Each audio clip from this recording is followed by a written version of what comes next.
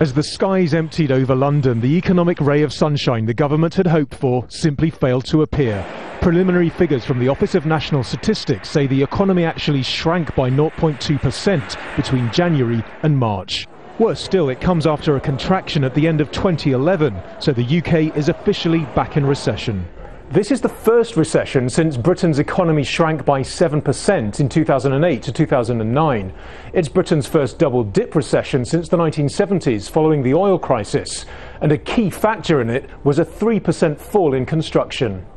In Parliament, the opposition laid the blame firmly at the feet of Prime Minister David Cameron. Why doesn't he admit it? It's his catastrophic economic policy, his plan for austerity, cutting too far and too fast, that has landed us back in recession. The Prime Minister hit back, insisting he'd be proved right in the long run. But the one thing we mustn't do is to abandon public spending and deficit reduction plans, because the solution to a debt crisis cannot be more debt.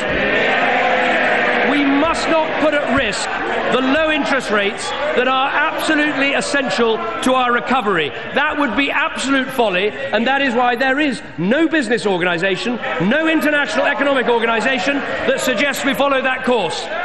Well, in fact, earlier this month, a report by the International Monetary Fund, headed by Christine Lagarde, did warn that austerity measures may be jeopardising growth and recommended higher government spending. Britain's coalition may take heart from a new forecast by Angela Merkel's austerity-pushing government. The German economy should grow by 0.7% this year and double that next year. But there's a key difference. Britain really is in a very, very weak position in terms of being able to export its way out of this. It doesn't have the manufacturing base to be able to do that, and it won't get one until you have a government that's prepared to commit real investment, real policies to delivering growth in key sectors that will deliver growth across the rest of the economy. The British figures will be revised and could eventually show a slight increase in output. But until businesses find it easier to borrow money and start hiring, and until people feel confident enough to start spending, some believe a true recovery could take years. Nadeem Barber, Al Jazeera, London.